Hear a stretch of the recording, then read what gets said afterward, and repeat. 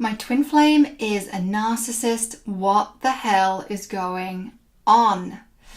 Hi everyone, welcome to Twin Flame Weekly, episode 16. So we're digging into narcissism today.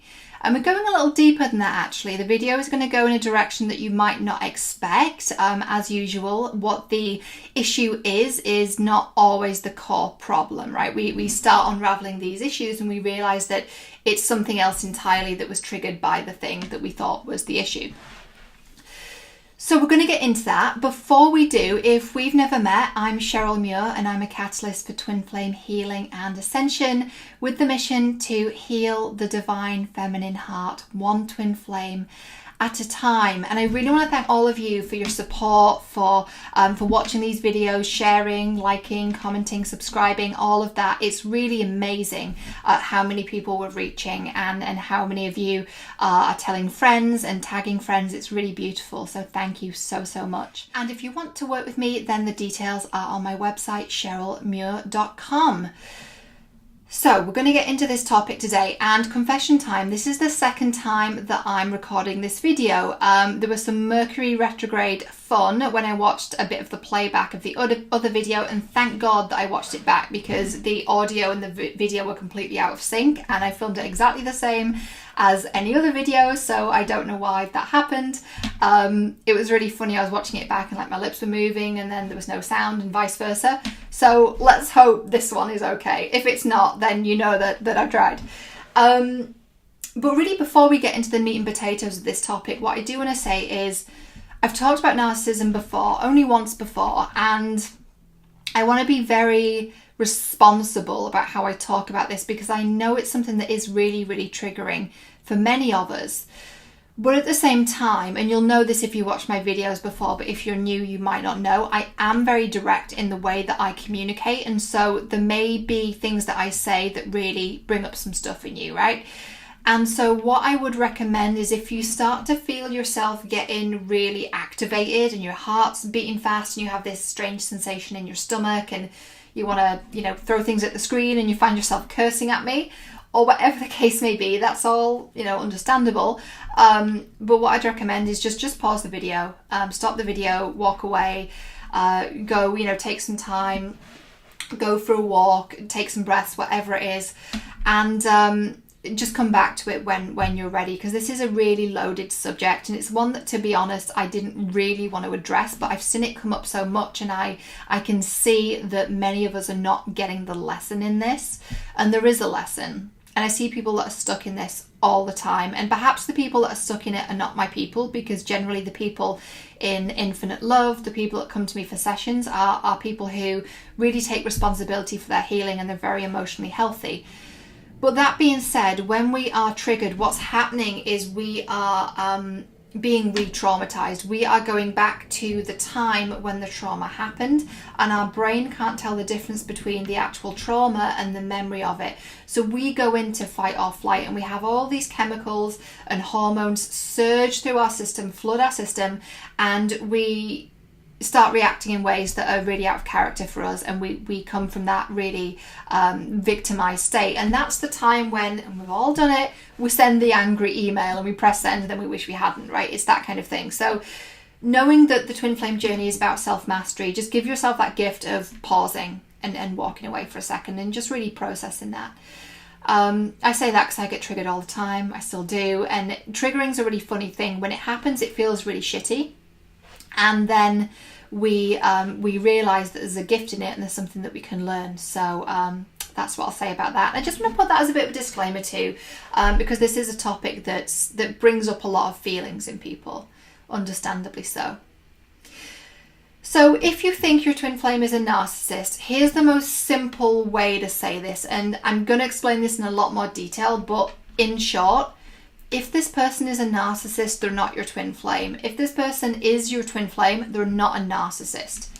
However, there's some characteristics that overlap and that are similar. So let's say this person is a true narcissist and they're not your twin flame. The question becomes for me, and this is the point when you might want to send me hate mail, the question becomes, why are you seeking out people that are abusive and calling them your twin flame? That's the question. That's what I would get really interested by, and that's what we dig into in a session, is are you seeking out people who treat you really atrociously and then trying to justify staying there? Because that's a whole other topic, and that's something that we really need to take responsibility for. Now, if you've never encountered a narcissist before, you're not going to know. You're not going to know, and that is by no means your fault.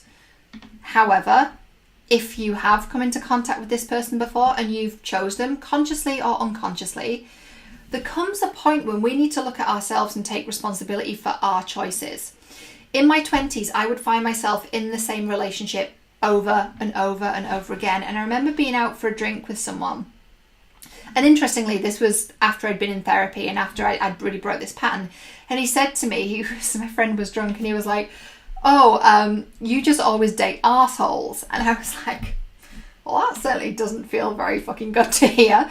But I knew exactly why he was saying that, because I did have this pattern in my early 20s of dating people that were just not pleasant. Now, it's really easy in that situation to say that and to be like, oh, well, they're an arsehole. Yeah, but I'm the common denominator with all these arseholes. Do you know what I mean? Like, I am the person that chose all these people.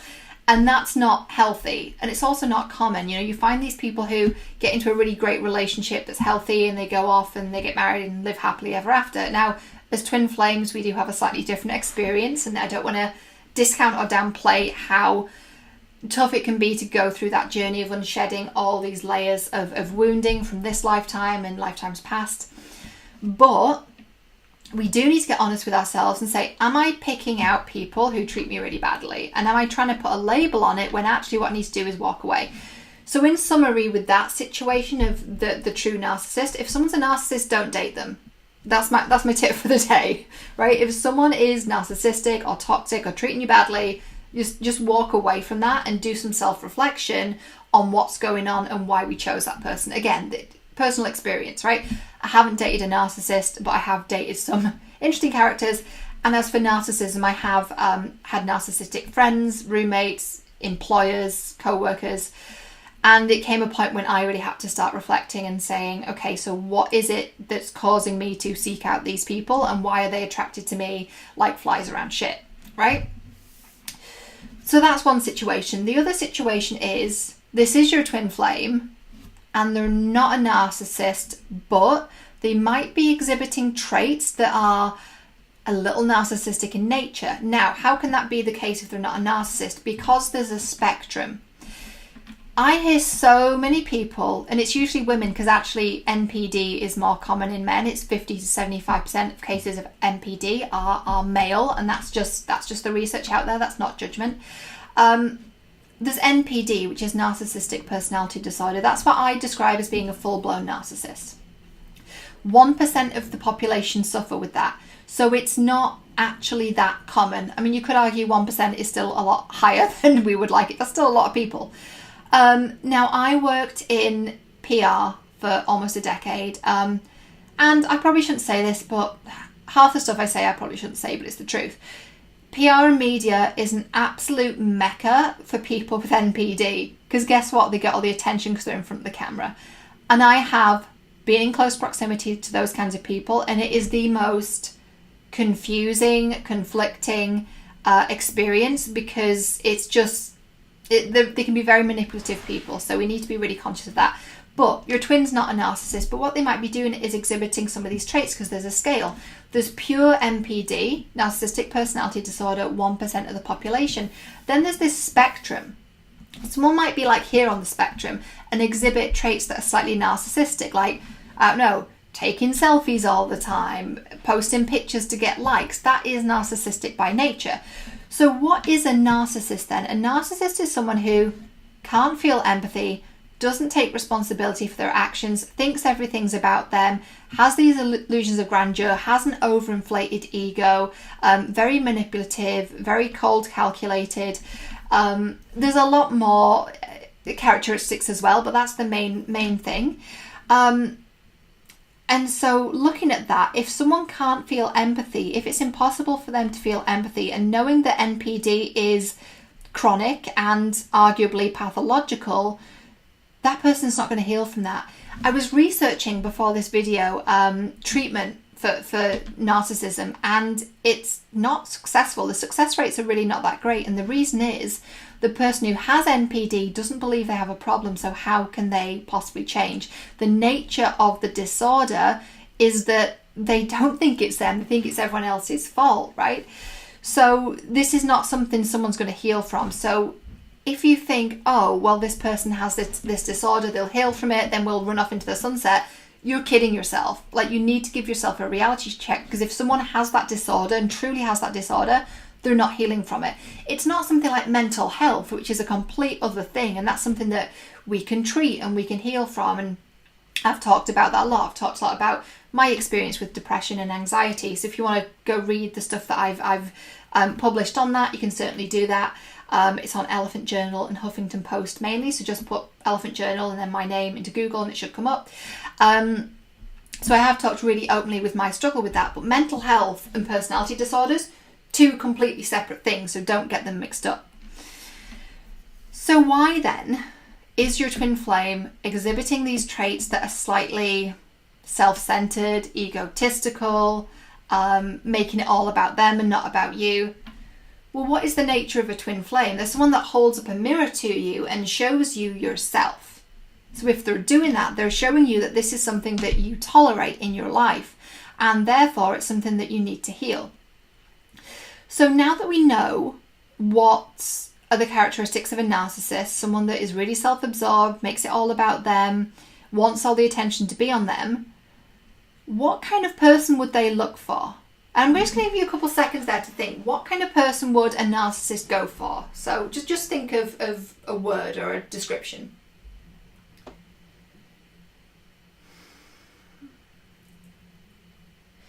Now, if you have a word, I want you to be really honest. Is that word empath? Or is that person someone that's kind and compassionate? Is that word someone who feels really deeply? If so, I understand why you've said that, but it's not entirely accurate. People who are narcissistic look for people who are codependent. Someone who is codependent is someone who seeks their validation in someone else, gives all their power away, puts their needs before another person, puts someone else's needs before them to the point that they're not getting their needs met at all. This results in them feeling very resentful, very angry, very withdrawn from people, and feeling completely burned out. And also, someone that's codependent ties themselves up in other people's problems. So isn't this just the perfect pairing for someone that's narcissistic? So what that means then is we need to look at ourselves and say, well, actually, if this is something I've been experiencing, am I codependent? And being completely frank with you, codependency is something I've been healing since I heard the term in my mid-20s. And it's not an easy thing to come to the realization of, because you look at all these situations in your life and realize that you've actually played a part in that. And that's not to lay any blame at all. It's not your fault, but now you've learnt the terminology. Now you can look at it and say, okay, how do I heal this then? And so we're going to cover that in more detail in the meditation on Wednesday and also the blog on Friday. The meditation is going to be about healing codependency, and the blog on Friday is going to give some journaling prompts to really get to the bottom of what's going on here, about why it is we feel embroiled in other people and what's going on. I really recommend you read Codependent No More, and I'll put the details in the links for you. That's a book that I've been reading, which has really, really helped me, and I'm sure it's going to help you as well. So this doesn't just apply to romantic relationships, and as we know, that's not what the twin flame journey is about anyway. It's about looking at every area of our life and being really, really honest with ourselves. So we're looking at things like, do I have toxic friends? Do I have a neighbour who completely saps me of my energy? Do I have that guy in my place of work who every time I'm going to go get a coffee, he talks my ear off, and the second I say anything about me, he just runs, like it's all about him, and he is like just completely sapping my energy? Probably someone that's narcissistic, right? I say that because that's someone that I had an experience in an office with someone that was like that and didn't have the terminology and didn't know what was going on. Now, that all being said, we need to be really, really careful that we're not running around diagnosing people with personality disorders just because we don't like the way that they're behaving or showing up in the world. And if we start to do that, that actually says more about us than it does about them. If we start going, oh, well, you have narcissistic personality disorder, they might do, they might not. But if we recognise that, it's not about diagnosing them, it's just about looking at them objectively and saying, they seem to have the signs of someone who has that, or someone that's on this spectrum. What am I going to do now? What's my choice? And I don't know if I should say this next part, because anytime I say it, people get really mad at me, but it's true. There are links between narcissism and something else. So knowing that narcissism is someone that doesn't take responsibility for their own situation, someone that wants all the attention on them, who else does that? It's someone who has a victim mentality. And you're probably going to send me hate mail on this, and that's fine. But look it up, Google it. Google the links between narcissism and victimhood, and it's really, really interesting. They're actually very, very similar. So we need to be careful that if we've been around these types of people, we can almost become them, and then we say that we're the victim, but we're becoming very narcissistic. So it's like this crazy thing where we need to make sure that we're taking responsibility for it. We're not blaming ourselves, we're forgiving ourselves for not knowing better, and then knowing what we know, we do better. Does that make sense? So what it's about is basically don't blame the trigger, heal the wound. Right? Don't blame the trigger, heal the wound. That's really a powerful, powerful statement. And when we live by that, we take responsibility for our part in things, and we learn and we grow. And again, it's not about blaming ourselves. It's about looking at that and saying, okay, why was it I let that happen? Oh, okay, well, this person started to weed their way into my life by doing this, this, and this. And I was susceptible to flattery because of low self-worth. Okay, great. So if I strengthen my self-worth and I look out for that behaviour, they're not going to get through that first gate. But if I let them bulldoze through that first gate, they're going to charge through all the rest, gates being boundaries. And next thing I know, this person's in my reality, they think they're my best friend, and they're inboxing me all their problems. I actually read a really great post on this recently by Danielle Page, who is one of my favourite spiritual teachers. I also went to her retreat in Greece, so all the Greece photos that you see were at Danielle's retreat. Her handle is Healing Page on all the social medias. Go follow her on Instagram. She's really, really active there, and that's where a lot of her really beautiful content is and resides. And she posted the other day about, it was so timely for me, and I'd already planned to do the video, but I saw that and it really resonated with me. And it was about, if we find ourselves in these friendships where someone's constantly pulling us into their drama and they're sending us all their problems and expecting us to be their free therapist, one, that's not a friendship, and two, it's not healthy. And it really hit home, and I had to get really honest with myself about where I let that happen, even knowing this pattern. So even when you know this pattern, it's about reinforcing that and being really, really conscious of it, forgiving yourself when it happens, learning again, and strengthening that muscle where we can recognize what's happening and really gain that power and self-mastery. Right, so I hope that was really helpful. That was the quick and dirty on narcissism and twin flames. It's very rarely what we think it is. So you might have started out thinking my twin flame's a narcissist and ended up thinking, actually, they're not a narcissist, but there's some behaviour that I'm not going to tolerate anymore, and therefore I'm going to remove myself from the situation. And I've actually, this is a bit of a tangent, but I'd recommend that if you are around your twin flame a lot and there's a lot of triggers and a lot of wounds, I would recommend getting out of that situation. So if you're in a workplace with them, or if you see them in passing a lot, I'd really recommend distancing yourself from them if you can. I know that's really difficult. One of my biggest gifts is separation from my twin, and it did not feel like that at the start at all. And I've talked about this quite a lot, like it felt like I was dying. But actually I needed that space, and it became this really amazing gift whereby I was able to look at myself and heal myself and up level, and it's something that I came to really appreciate. And I have a lot of empathy for those of you who are around your twin a lot, because if you're around them, you're not really gonna heal, right? If you're still in that initial healing and purging stage, it's like you keep going around in circles and you don't move forward from that stage because you're not giving yourself the space to heal. So that's something to consider. So I think that's all for this week. Hope that was helpful.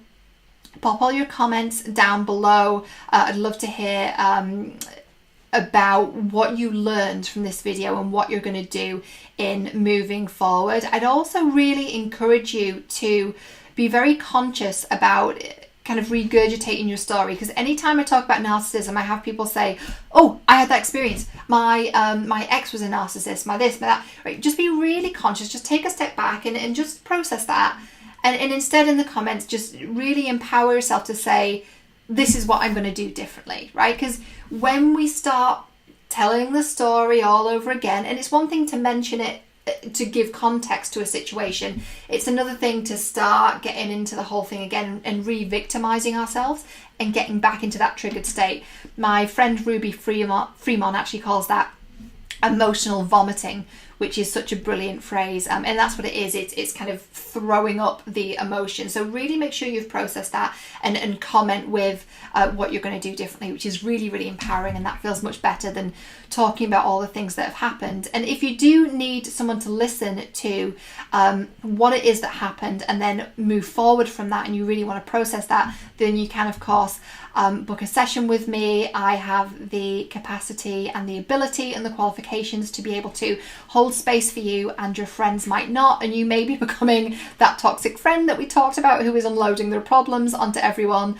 Don't be that friend. You're better than that. You're smarter than that. If you're watching me, you're someone who is smart and ready to heal. Otherwise, you would not be attracted to my content. And so we're going to get through this, and it's going to be okay. All right.